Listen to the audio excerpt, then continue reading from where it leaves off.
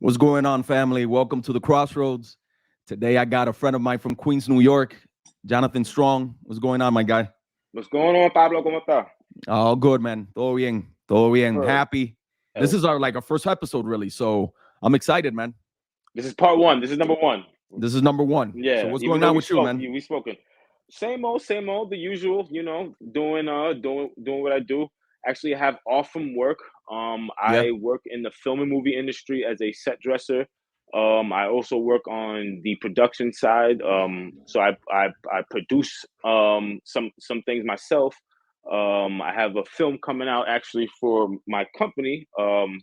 It's called New York Flower League. It's a THC infused oil business that I'm in with another buddy of mine who is in the production industry as well.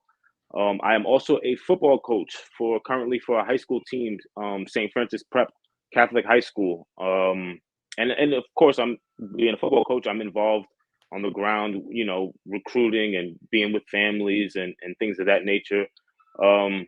Yeah, that's what I'm in, man. That's beautiful, man. You're active. You're active. You gotta be. How is that with high schoolers? How's that energy? How do you notice this new generation compared to yours or, you know, previous generations, right? There's generational gaps. You know, we're noticing how some young folk are really different from us when we were young, right? But I'm the type of dude that I wouldn't like to be too separate from that generation. I would like to understand them and reach out, right? And really connect and be able to communicate with them.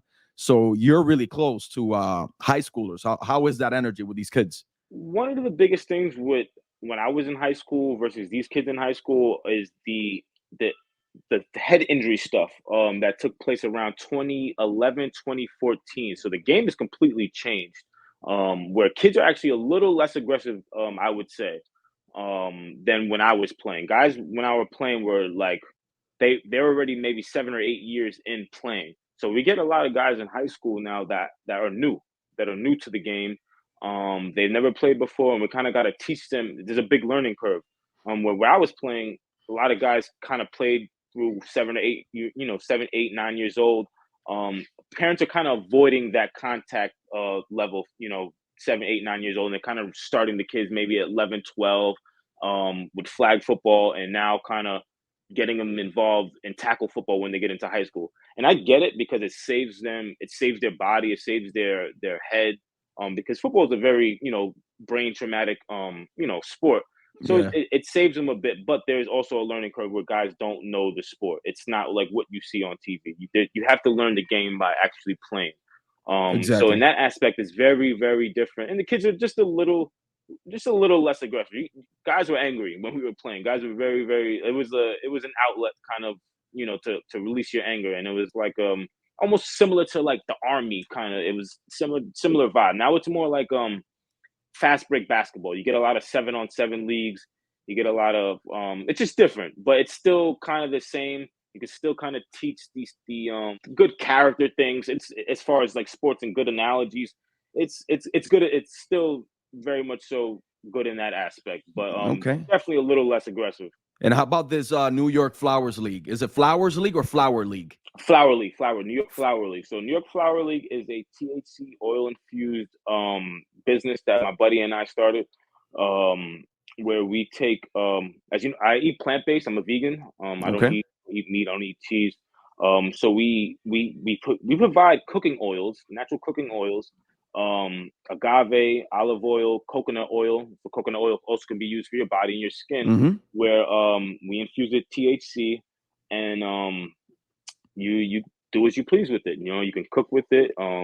You intake it. You don't smoke it or anything. So it's kind of you do what you please, and the meals come out really good. Nice. What benefit would I have having THC and a coconut oil and putting it on my skin, for example? Because I see people with creams and CBD creams and stuff like that, but I've never seen like THC oils for your skin. The THC oils for your skin would definitely, it's almost serves as a muscle relaxer. Okay. to a degree. Like, so it hits your body a little faster Okay. versus like, smoking it. So your body will feel a lot more relaxed.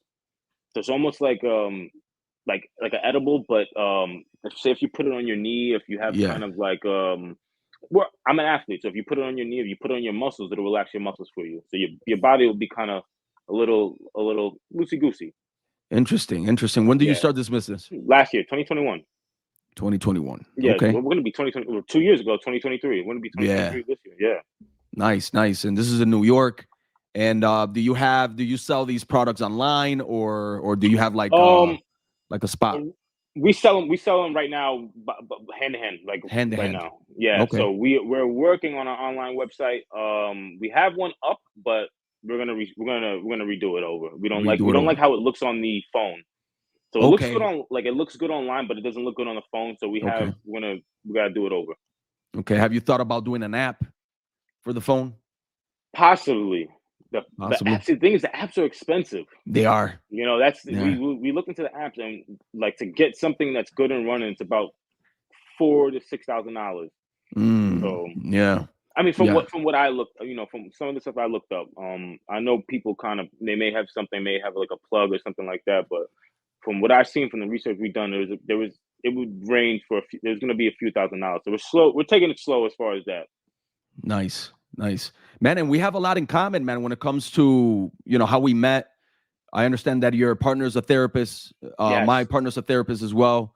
I'm yes, guessing that they met each other, and that's how we connected and whatnot. And it's funny because like you mentioned off the air, you have an African American father and yes, a Puerto Rican mother, right?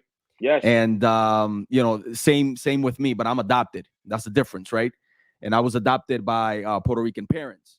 But the Okay. thing is that I've always been, connected with that African heritage, psychologically, spiritually. I've always felt African as a kid, even before knowing the concepts of ethnicity and the concept of race. The constructed, right, the Social social construct. Yeah, the social construct of construct race. of race, exactly. And but as a kid, being 3, 4, I would identify with the arts, on TV and the things I would see Right. that were Afrocentric. So I've always felt that, and I always asked my parents if I was adopted and if I was black. You see, those were my questions Yeah. all the time, and they were like, they would lie to me until I figured it out, right, that I was Yeah. adopted and whatnot. But then I found out that my father is African American. But the beautiful Hmm. thing is, after like understanding who we are, right, as Puerto Ricans, is that we have a huge African heritage as well. Yes. And I would like to know your story because, like, anybody that would listen to you in the States may assume that you're not darker than other black folk because of your Puerto Rican side. But in your case, it's totally the opposite. Talk to me So, a little bit about that. which is interesting. So, the African American side of my family is very, very fair skinned. They're actually very mixed. If I'm not mistaken, we have a great grandmother who is they're from the West Indies, and we actually don't even know what island where they're from. So we make jokes like dude, this guy could be Dominican, this guy could be Puerto Rican. But he was a very, very fair skinned, very, very fair skinned man. So the complexion of the fair skinned side of me, as you could see, is from the African American side. The darker side of me is from the Puerto Rican side, and people assume it's the opposite side. It's like I get a Mm, lot of the blackness from the Boricua side, and the light skin actually is coming from the African American side. So growing up with that, people would assume it's like, yeah, like your mom's Boricua, your dad's black, and I'm assuming your mom is lighter skin. I'm like, no, I get my mom is the darker one, and my grandmother's the darker one, and the light skin actually comes from the African American side, and it's so deep to where it's like the African traditional religions that I practice are from the Boricua side. The black family they weren't into much of that. So it's very interesting because it's like people would they automatically assume like you get that these because it is a social construct hmm and they would assume it's like, hey, your mom's probably light and your dad it's like, nope, my mom's a little darker and my dad's a little lighter. Yeah, and um I think this is important to talk about because I need to explain also that we're not fixated in the color of our skins. We're not fixated in colorism. We just need to explain this yes. so people understand that just because you're from the Caribbean or you have a parent from the Caribbean or you rep Puerto Rico doesn't mean that you're less black than anybody else. You see what I'm saying? I've been noticing that. And by you saying that your father's family also comes from the Caribbean, look how funny that is. You see what I'm saying? So you may have to look back into your heritage, into your family tree, and find out that some of these black ladies or black men or African men, right, enslaved folk were probably transported from the Caribbean somehow, or migrated. So like Malcolm's parents, for example, Marcus Garvey was from Jamaica. We know this. They came to the Bronx in the 1890s from St. Kitts. So I was doing my research. St. Kitts is not that big of an island, so they clearly weren't living on the island of St. Kitts. So they were migrated from somewhere else, probably stayed there for a bit, and then migrated over to the States. But as far as we know, and we're from St. Kitts, but my uncle, as my dad said to my grandpa to say, I'm just a black man. Look, period. I'm just a black man. I'm not from here. Don't give me a hyphenated title. I'm just a black man. American or whatever. Wherever I'm at now, this is what I am. Yeah. So it's a very, very, very interesting history. And as we know, it's a social construct. It's all BS and Exactly. That's where Pan-Africanism comes to play, because some people that are scattered and don't know their origins, it makes it hard for them to build nation or to build themselves up, right? So Pan-Africanism tends to pick all these people up, organize them, right? Make them one unit and work as one unit. Yeah. So it doesn't really matter where you were born. The reality is that your genetic makeup comes from that western side of Africa. So it's really interesting. And you mentioned St. Kitts and Nevis. This is an island. Yeah, a lot of people did travel there to travel somewhere else. I remember this due to my thesis that I wrote on Pan-Africanism and certain social clubs in Puerto Rico that were linked to the Universal Negro Improvement Association, founded by Marcus Garvey. So there was this man, his last name was Benjamin, Jacob Benjamin, okay? This black dude from the West Indies. Yeah, and he was he was from the Episcopal Church, right? And he used to be a mechanic back in the 19th century, okay? Yeah. And this guy, he traveled to Puerto Rico, right? And he was in the Ponce area. That's like probably the most important city in the south side of the island. And he was a mechanic. His kids became really important people when it came to social clubs and Pan-Africanism in the island. For example, his first son, James Benjamin, he was a member of the UNIA. Oh, wow. Okay. In San Juan, in the only chapter they had in Puerto Rico. Okay. Oh, so he was. Yeah. They were, as we say in New York, they were with the shits. Like, they were with the shits. They were. Yeah. James was so into, this whole Pan-African progress that he actually traveled to New York for a convention the UNIA had where Marcus Garvey was present. And they were receiving new members from, from all over the Caribbean and all over the world, really. They also went to a place called United Hall where they used to meet. Yeah, in New York. And I don't know if it still exists, but this is back in 1920, right? Is that the same hall, or is that, would they call it a lodge as well? Or something? It's possible that a lodge used to meet there. Yeah. It's possible. I'm not sure.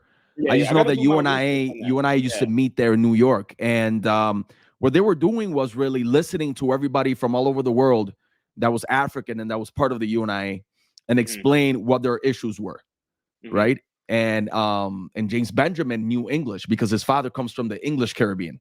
Yeah. You see what I'm saying? So he knew English, he knew Spanish as well. But he was able to explain that, listen, when you go to Puerto Rico, you need Spanish propaganda. Yeah. You can't come with your English propaganda because it's not going to resonate with people. It's not going to. And it's been said that in the UNIA, we're not going to discriminate against people that speak other languages, right? You can speak English, you can be a Muslim, you can be a Christian, you can be an atheist, you can practice Palo Mayombe or Regla de Ocha, right? Yeah. Ifa, whatever you want, but you're still African, though. You see? You may be an Israelite, you may be a Muslim, like I said, you're still African. And that's what I respected from the UNIA and Garvey. And this guy had it really understood, like James Benjamin. He said, listen, we speak Spanish. So for us to be able to understand what the UNI is all about and to really organize in the island, you have to come with Spanish propaganda. And that was an issue to a point where the chapter was not successful because of this, right? This was not the only reason why it wasn't successful, but it was one of the most important ones. So yeah, man. So St. Kitts is a really important spot because when I would look in the census from the 20s, the 30s, and the 40s, I would see a lot of people from the West Indies go to St. Kitts and then go somewhere else. Then go somewhere else. Possibly a hub of some sort. Yeah. So that's where we're at. So we say from St. Kitts, but we don't know where they were coming from, where they were traveling to. But we know they landed in the Bronx 1890s. I seen a picture of my grandfather's father in the Bronx, 1898. So wow. we've been in New York for a little while. Wow, that's beautiful. I was reading a book called Racial Migrations. It was about really the first folk that were African that would migrate to New York. So your family migrated to the Bronx in a time where there wasn't a lot of black people there. Nope. So those are hard times. Those are hard times. And you know, to think we weren't we were once like one generation away from slavery. We were one generation removed from slavery, and depending where you were coming from in the Caribbean, you may have been still involved in slavery. I know slavery ended 1888 in a lot of areas, you know. So you weren't that far removed. So the migration makes sense for a lot of people. You know? Yeah, that's right. And this is before the Great Migration within the U.S. Yeah, the 20s, yeah. Yeah, 1915 and 1920, there was a huge migration from the South. So there seemed to be, I think the Caribbean islands were kind of already migrating a bit. They were migrating to different areas, in the Caribbean from, Jamaica, Haiti, and different areas. And then kind of, it's so interesting. It's but it's like back to that label. It just identifies that one nation as a Pan-Africanist, and it kind of simplifies everything else. It simplifies everything else because a lot of our differences is due to being colonized. Yep, is due to imposition and not because we just want to speak English or I'm a Spanish speaker. I'm so different from you. I'm less black or whatever. No. All of this is imposed, remember? Yeah. Right? So we may be from different nations within the African continent, but right now we're discovering this. We're getting to know each other now and understanding this about us and each other. So we have to really see it that way. It stinks to a degree because it stinks because I feel like it stifles progress a bit because it's like if you look 100 years ago, these people were already doing this. They had these ideas. We're just rehashing them and rediscovering them. It's not like they're new things. It's like they had them. And every couple of years, we have to kind of keep rehashing, keep reminding. It's like nothing. There isn't much progress. It's like we should have progress from the idea of Pan-African thought. This is the thought that's almost 120 something years old already. Easy. Easy. You know what the thing is, Jonathan, is that we're too distracted. We're too entertained. And these folks back in the 20s didn't have no time to be entertained, man. They had to work because they had it really, really hard, right? They had it, segregation was worse than what it is now. And the thing is that it was in your face. And I respect that more than this liberal type of racism, right? I respect to know where you stand, regardless if you hate me or love me. At least I know where you stand, right? Yeah. And that way we were able to organize around that. The problem is now is that, it's a lot of entertainment, a lot of BS going on, and we're not putting our energies to really organize and become the nation that we should become. If not, we're going to be substituted or disappear, man, because the population is dropping fast. You spoke to something that was very important that took place back then. It's like the labor rights. And I think what happened during the civil rights movement and how it's taught, it's like they did a good job of kind of teaching us about civil rights and those people that existed in civil rights, but not about labor rights. And as far as like how they kind of coexist a bit, and how the intersectionalism as far as race is involved between labor rights, literally labor rights, civil rights, and all that stuff. Because you focus on civil rights and you focus hey, like Martin Luther King is fighting for blah blah blah blah blah. You kind of leave out an aspect that's like, dude, we were you have to speak about labor rights. You know, you have to speak about because we were forced into free labor. So if you just Mhm. focus on the civil aspect of it and you kind of leave out the labor aspect of it, you forget they're intertwined with each other. You know, I think they did a good job of just kind of, hey, Martin Luther King fought for black people and white people to sit together, and it's like it's a lot deeper than that, man. It's like it's It's way very deeper than deep. that. Yeah, That's what I don't like about the word civil rights, you know, that term, because it's too relative. yeah, It's vague, you know, because civil can mean different things for different people.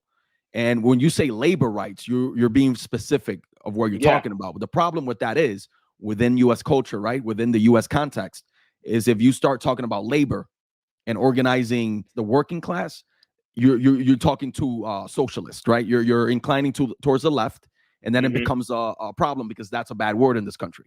yeah, So I think that's why they probably didn't mention labor specifically like they should have, and that's why Fred Hampton got shot, right? yeah. That's why, you know, it's all when you really touch the subject of change, you become target number one, and you become an enemy of the state. So that I think that's what happened. And it's like with Martin Malcolm mentioned in the Ballad of the Bullet. It's like when you say instead of saying civil rights, once you mention human rights, and now you're perking the ears of people not only here. When you mention human rights or something like humanitarian rights, and it's like your basic necessity as a human, you start to really look at it. It's like, damn, like that's what they're doing over there. Like it kind of, you know, it makes you shine a lens on things that's happening here. Because when you say civil rights, it just makes it seem like, oh, that's like American stuff. That's just like the bullshit that's going Yeah. on over there. It's like, nah, this is humanitarian rights, dude. We don't have basic humanitarian rights here as they would in other places or as they would in different time periods. You know, they do a good job of just kind of to me it's liberalism, you Yeah. know, and liberalism a form of white supremacy. Hmm. And it's like kind of it's a way of kind of brushing it over. Don't talk about this stuff. If you're gonna talk about it like this. You know, don't talk about it like that. You got to talk about this Exactly. aspect of it, and don't talk about certain. You know, so but they all intersect. That's why the liberal elite is so dangerous. They're slick with their approach. You know, they're your friends. They could be your partner. They could be your neighbor. But in the end of the day, man, they're the ones gentrifying. You know, they're the ones Always the hijacking a lot first of movements. gentrifying. They're Yeah, always the first, and it's always like, oh, I used to date black guys, blah blah blah blah. So let me move into this neighborhood because I'm used to. I'm like, dude, get yeah, out of here, dude. Like, yeah, yeah. That don't mean anything, right? It doesn't yeah, mean like anything. It doesn't have any substance. And in the end of the day, the thing is that, yeah, they're the ones gentrifying. You know, conservatives ain't gentrifying anywhere. they don't want to be biased. I respect that more because I know where you stand. It's not that I agree with their approach or their political opinions, but the thing is Yeah, that the liberals too is too slick. You know, it's just they slicky. hijack your own culture. It's crazy. It's crazy. Yeah, You know, and I think us as African nation, we need to understand that we need to step away from that type of fight, that type of tribalism, because there's no one in this world that's completely liberal or completely conservative I when agree. it comes That's to why that. it's interesting because I've always said this. I said black people because our affiliation with the church, our affiliation with religion, are always we're we're usually like conservative by nature, if that makes sense. Because you cannot, if you're attached to the church and if you're attached to the Yeah. to certain these you know these religious kind of blah blah blah blah, you're technically conservative, but it's like we have to learn to where we got to be or kind of attached ourselves to being liberal or being progressive is because our rights were being pushed back. So we had like our thought of our freedom is that's a progressive thought, you know. So Yeah. it's very interesting. Yeah. That's right. That's right. So, you know, we're a lot more complex than just being a part of one team. Yep. So I think that we have to just look out for each other because nobody else is going to do it for us, right? Yeah. And I'm not the type of dude to ask for handouts. You know, I'm like, you know, if I don't have a space on the table to negotiate, why even ask for a Yeah. share, right? I'm not asking for a seat where I'm not wanted. I'll go Mm-hmm. ahead and build my own table, you know, I agree. and obviously I'm just learning, you know, how to make that happen. Mm-hmm. And speaking to people that have more knowledge on that, and see what may happen afterwards, right? What type of organization we could make as a peoples. So that's where I stand when it comes to that. So that's why I don't like the disconnect, right, between African folk that come from different places, because you know, we, like, for example, Caribbean folk or African or Afro-Caribbean folk traveled Mm-hmm. to New York and migrated to New York before African Americans ever did. Isn't that Yeah, interesting? That's we were it's here crazy. for a very, very long Yeah, time. like these Black Cubans, they were in New York already, you know, I was rolling just cigars and a I bunch was just of. telling someone about that, and there was a person. I had to remind him, like, dude, we've Latinos, especially Afro Latinos, we've been in the city for a very long time. So much so where we had our own Negro League team here that played Mm-hmm, in Washington Heights, and mm-hmm. people don't know that. People don't know that there was a Negro League team that played in like a cube. It's called the New York Cubans. The New York Cubans played it in the Negro It's League, crazy. full of Latinos, right there in Yeah, in Uptown. So yeah. we've been here. We haven't gone anywhere. Like, Yeah, yeah. And the thing is that we, you know, we, like, for example, that Harlem Renaissance. Harlem Renaissance is the reason why Harlem is so proud of being, you know, Black and African, right? That comes mm-hmm. from 1918, man. And that cultural revolution with Garvey involved, Arturo Alfonso Schomburg was involved. Schomburg. You know, all these artists, all these poets, all these revolutionaries, you know, from Mm-hmm. all over the world, from Africa, from the Caribbean and the States, you know, where they were Black African folk that were proud to be who they were and the Yep. things they were building. And so that's what I'm about, man. I like that mixture. I like that type of community, Yeah. and leave the differences behind, man. You know, it slows the process down a lot, That's why it's for me. a It's lot. New York or nowhere. It's New York or nowhere because we there's a history of Pan African thought. There's a history of working socialism. And so if you're in the union, that's socialism. You know, like Yeah. if you know the history, back to the labor rights. You know, back to that stuff. We had Hmm. working socialism. We actually voted a first socialist mayor. If I believe it was 19 sometime in sometime in the 19 teens. A socialist mayor was voted, but they ripped him from office. Voted legally elected, voted into mayor, but they ripped him out. Fascists Mm, ripped him out. interesting. So New York has always been on the progressive side. So I would never, you know, traveling to other places in the country, I would not move. I would not move anywhere else. Yeah, so you were born and raised in New York, and you're that type of New Yorican that I'm like, I'm never living somewhere else. Yeah, I would live back in the Caribbean islands, or South America, but I wouldn't live anywhere else in this country. It's interesting, man, how Queens especially is the most diverse place in the world. It's beautiful, right? You could see all types of peoples, all types of foods. It's a blessing. It's a blessing and a curse because it's like I feel like I live in a bubble. I'm from Flushing, where it's the town is the most diverse place in Queens, and Queens is the most diverse place in the world. I'm from the town where so we're used to growing with different cultures, and there was just a video that came out that we're used to speaking like these languages.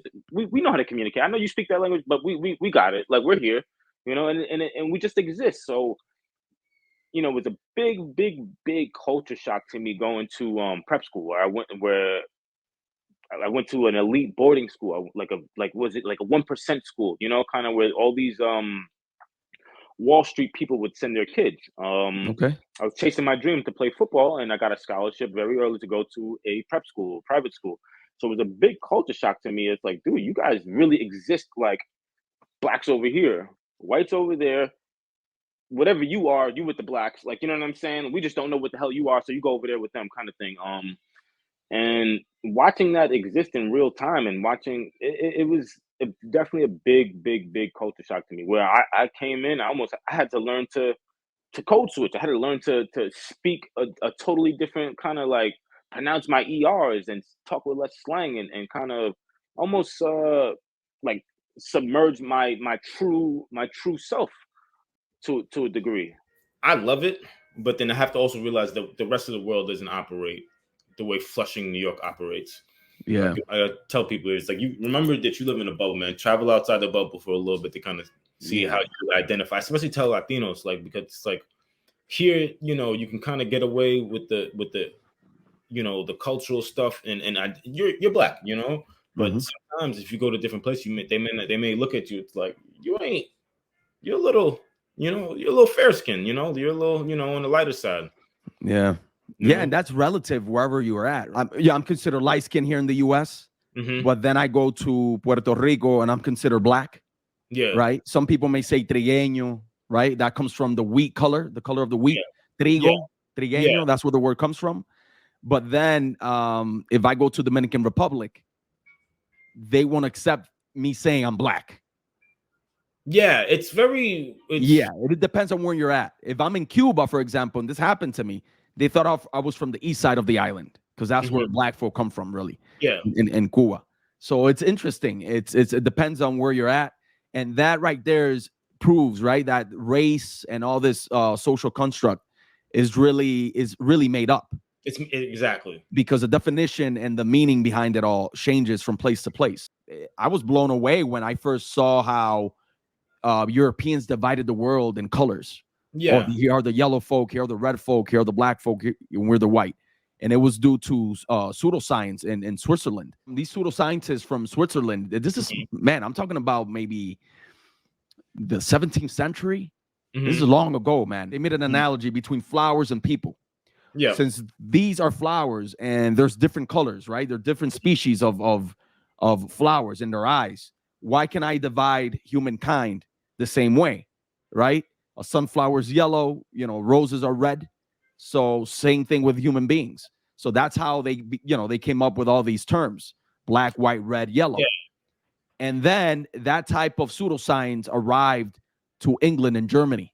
Okay. And that was fed into Darwinism. Yeah. And all these scientists that were thinking about the natural selection and all this. And then what they did was use that narrative. The reason why we're more successful is due to our race being white. Okay. Not because of imperialism. You see what I'm saying? Yeah. So all of that was embedded in the US culture. Right. And that's why the US culture and how they think about race is totally different from the Caribbean. You go to the Caribbean, the construction in the Spanish Caribbean, for example, is due to the Spanish and Spaniards, right? And they already came in being mixed with the Moors and all that. So they already been through colorism, right? So that's why they divided everybody into a different type of social hierarchy, right? Pardos, morenos, mestizos, all these words to determine who's mixed with what. If an Indian mixed with a black, this is what we're going to call it, right? So the thing is that in Spanish Caribbean, it was really complex because your job, your skin color, your family name all came into play if they were going to discriminate against you or not. So if you had a name and you had a great job, but you were a black dude, you were discriminated against less than somebody that did not have, the things or the privileges that you had, right? So it was really complex. Some people were more accepted than others because of the name and the money they may have. But if you were a female, African, no family name, at least for that society in Puerto Rico back then, for example, then you went through hard times. All depends on where you come from originally and how your nations have adapted to that environment. That's all it is.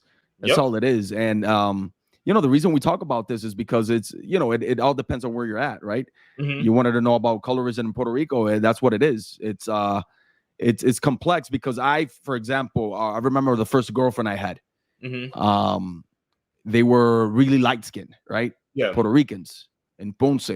And her grandmother was discriminatory against darker skinned folk. Yeah. Right. So here I come, when I'm in PR, man, I get even darker than what I am now. I get darker. Yeah. Right. I get darker. So the funny thing is that I sensed, right, that I wasn't wanted. I wasn't wanted. And I'm like, oh, this is interesting. And I was young too. I really understood what was going on, but not to the same extent as I do now. Yeah. So that was difficult at a job as well, So you get that problem with the hair, especially females. That's a problem. Oh, you don't got good hair. You need to, dry it out or whatever. It's like, man, I never told you to change your eye color. You know, so why discriminate against or why criticize my natural attributes, right? My natural phenotype. Why is that a problem, or how is that going to become, an obstacle? Me doing my job, it doesn't make any sense. So we still have that in our society. Yeah, very much. Yeah, Very, very, very big. The good hair, bad hair kind of shit. It's that exists. I mean, it exists across the diaspora, even in Afro-American culture, in Latino culture. But it's extremely.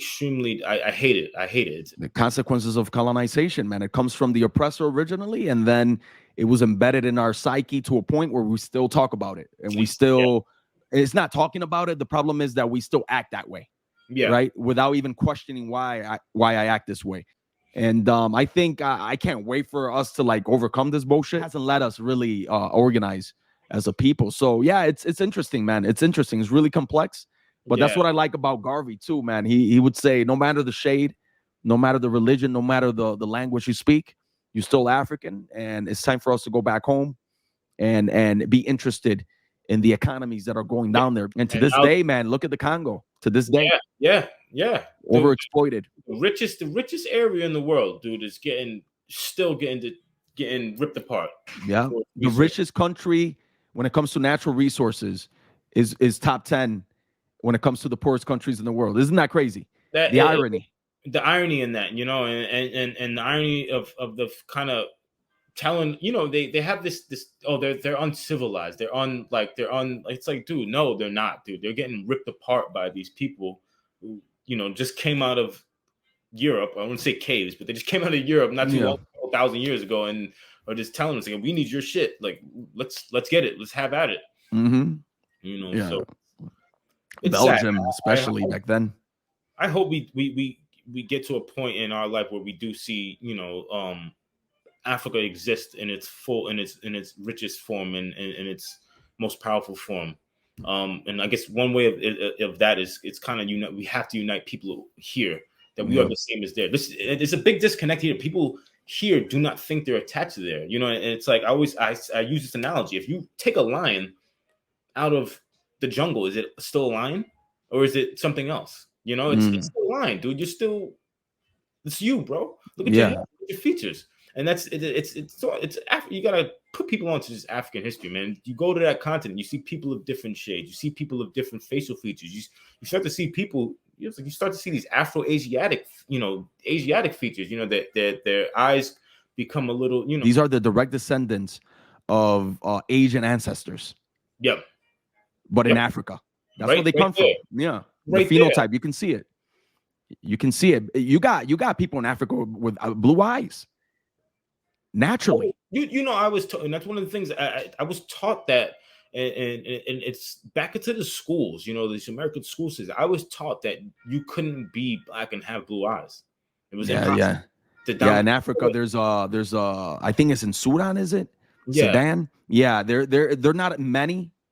They're not numerous, but there's a few folks down there, and they're dark skin and they have blue eyes. And then you have the Melanesians, which are blonde or redheads. Blonde hair, yep. And these are African folk, So yeah, man, genetics is really complex. I think it's a science that hasn't been taught enough in educational systems. So once we understand genetics, I think we would overcome, the BS of race and the differences between humans, right? It all depends on the environment you live at. That's how I see it. Us telling our story, making sure that we are the ones narrating our story and not letting them narrate. Because if it's up to them, they're gonna say whatever they want. And into what's his name? Kaba. Kaba Hayawafa Kamene. Kaba. And he was discussing, that he was just essentially discussing, like, dude, like we have to continue to tell our story when it comes to those things and where we come from, because if we don't and it's left up to them, we come from the jungles and we came up these pyramids, all this shit came from the sky and everything. It's like, dude, give props where it's due. And for example, if you don't say your story, nobody would guess that your Puerto Rican side is the one that practices, that African spirituality system. You see what I'm saying? So, it's we need to look deeper into other folks' lives and how they live and how decolonized they are really. Because if you really practice what your ancestors did, you're decolonizing your own psychology. So Exactly. that's beautiful. Even though Puerto Rico's still a colony, there's still people there that are decolonized themselves psychologically Yes. in different ways, not completely, but in different ways. So that's one of the reasons why I practice Ifa and Regla de Ocha myself. Yeah. You know, is because of that, right? Because now I see the world how my ancestors used to see it. I'm learning how to see it through their eyes too. Yep. And I'm like, okay, this makes sense. Life is way more simple.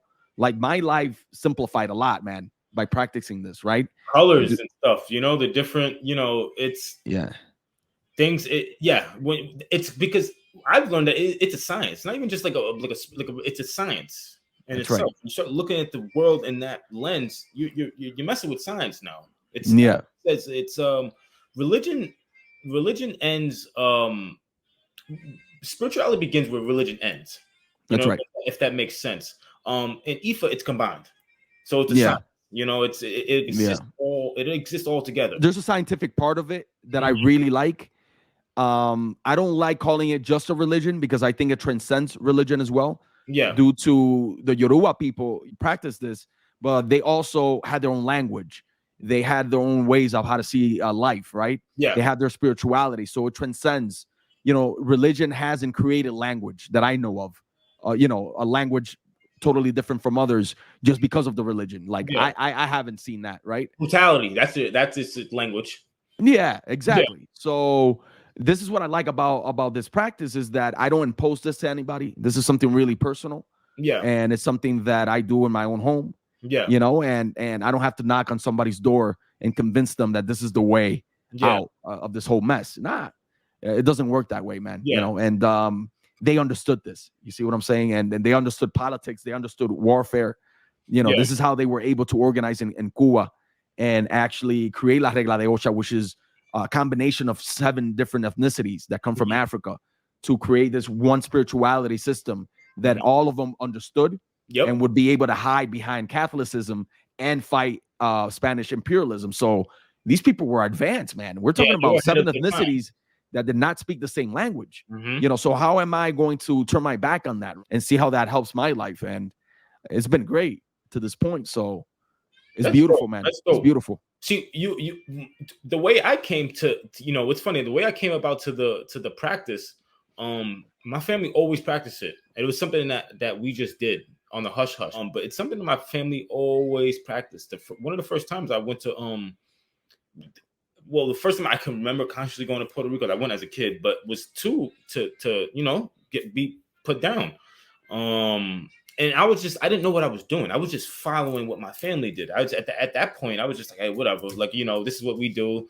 Be on a hush, hush, hush. Like, you know, this is kind of, and then it took me to, you know, studying history later on. It's like, oh shit, I was practicing. Yo, that's wow. Like it kind of blew. It was like a wow moment. It's like, damn, the shit that we were practicing was African religion that they're talking about. It's like, yo, this is so deep, it is so interconnected. I'm reading about Haitian history, and I'm reading about Cuba's history, and I'm reading about it made me like it made me proud. It made me be more vocal and more out there with it. Even though like I practiced it my whole life and just kind of was like, you know, I'm just doing this because my family's making me do it, and I gotta go to Puerto Rico and get put down and go meet these people, and they putting birds and everything in my face, and I'm butt naked somewhere, blah blah blah. Like, It was definitely an aha moment. You know, kind of like, yo, what the hell? Like, you were all about it before it became a trend. Before it became a trend, you know. It's beautiful. That's beautiful, man. Yeah, and I was invited to it several times, being young, but I never, you know, my family was Pentecostal. Yeah. So and then I stopped going to church and whatnot. I was wild in my 20s, and my spirit knew that I wasn't ready for that type of change. So, but it's funny because I've always been interested, especially listening to salsa music. Yeah, I love old school salsa, the one they call salsa gorda, the fat salsa. That's where you get that essence. And the songs that are dedicated to orishas in salsa and rumba and guaguancó and all these genres in Cuba are, for me, like, man, a lot better and like that percussion. You can feel it, Yeah, right? you You can can feel feel it in the air. So I'm like, there's something special about these songs. I wonder what it is. And that's when I started getting interested. And then certain babalao started popping up in my life and inviting me and saying I have a lot of ashe and this and that. But I always respected it from afar. Yeah. I respected it from afar. But then I moved to Vegas and I find it here. Okay, I find Puerto Ricans. It's not good. It's like, hey, you can't escape this. You can't escape this. Yeah. You cannot escape this. So I came to Vegas, right? And my lady visited a small temple called Sankofa Temple. I think it closed down recently. Yeah. And man, I saw Mexicans, Cubans, Puerto Ricans, African Americans from all over the place practicing this. And I'm like, okay, this is interesting. This is beautiful. This is what I want to see. A lady, I think the owner of the temple, she caught the spirit. She was mounted by Obatala. Oh. And she came up to me and told me, you're finally here. What are you waiting for? This is it. This is it. This is it. I'm like, okay. I need no more, right? I don't need you don't have to hear anymore. I don't, you don't have to tell me more. So that's when I started, really. That's why I'm like, let me dabble with this a little bit and see. Yeah. I was skeptical about certain things because I know my peoples are, I know their bad tendencies as well, right? Yeah. You see a few things, and then the skepticism or whatever. How do you say it? It goes right away. You see someone it's like, oh, that's very, very real. That's what that is. I started seeing real things, and then I started practicing in my own way and in my own life, how I was taught, and I would see things happen. And I'm like, man, you know what, man? I got stories for days, man. And it's beautiful, man. It's a beautiful thing. You tell some people some stories, man. You shock them right out the matrix, man. Yeah, and I'm not here to shock anybody. Yeah. If you're interested, just go ahead and dip. Yeah. Dip in those waters, man, and see what happens. Yeah. I tell my friends the same thing, man. I tell them I'm always here. I'm doing this, but I'm always here anytime you want to step into that direction, And it's been beautiful, but it's something that people need to experience if they're interested, right? And if they really want to do the work, because the thing is that you get into these practices, but then you don't want to do the work. And then you have issues with your own existence afterwards because you don't have the discipline to do the work or to practice the lessons that you were taught during that spiritual session. It's hard, man. It's a hard life. It's hard accepting your own truth and looking into your own contradictions and overcoming that. So I like it, man. I like the roller coaster. I like the ride of life. Life is interesting and it's weird, in a lot of ways. A lot of discipline, a lot of self-awareness, and a lot of discipline that some people may not have the discipline to do. That's what I believe. Some people don't have the discipline. They'll see something and it's like they know they have to get to it, but they don't have the discipline to actually put it in practice. And really, I got to do this, man. I got to take care of this. Yeah. It's a beautiful thing, man. Life, and, man. And you get it by talking to people. Just meeting people and the crossroads. That's what it is. When you cross the road, man, you see a lot of energies pass by. You see a lot of entities, a lot of people with different energies and different intentions. Mm-hmm. Let's talk and see what life is about, man. And that's what I'm interested in. Yeah, man. Really, you got something good here, bro. I really appreciate what you do, bro. Honestly, thank you, man. This is gonna blow up, bro, because the people that you're interviewing, you're on the ground interviewing real people, dude. And I love your topics, dude. There's so many podcasts and there's so many things that are out there that are just they start off going somewhere, but it goes back into that like I would call it the American minstrel entertainment show kind of thing. It goes back. You're dealing with real ground people, dude. Like some of the people that you're hosting, man. Some of the people. It was so funny. The first time we linked up, dude. It's like you're talking about that Finca episode, and I'm like, dude, me and my girlfriend were there last year in Puerto Rico. Like this is, there were so many connections. And then that one of the other podcasts you had with the Dominican woman, boy. Dr. Saudi Garcia. Yeah, man. Yeah, she was on it, dude. Like she was on it. So it's honestly, dude, you're doing some real work, man. I really appreciate. That's what I want to do, man. As a scholar, I have so many hats, that I'm like, you know what? Let's bring everybody and just do an assembly here. Let's do a convention and just talk, dude, you do too. I got a couple different people that are beautiful, man. I'm open because entertainment, man, is, I don't know. There's a lot of BS out there, man. A lot of superficial shit. And I'm not into it. This is my entertainment. Like for This real. is my entertainment. Yeah, I like, want to learn too, right? I can't waste my whole day just gossiping or whatever LeBron said or nah, man. Nah, I'm not. That's not the type of dude I am. You know, so expect that, right? Throughout the whole podcast moving forward. Yeah, man, I love it, bro. You got something good here. You really do, brother. Thank you so much, man, for being on, and first of many. Yeah, first of many. And let me, anytime you hit me up, bro. I'm always down to talk like this, bro. Like seriously, anytime you're trying to talk, chop it up, bro. This is what I'm doing, bro. Yeah, I thank you for being on, man, and first of many, like I said. I appreciate you having me on, Paul.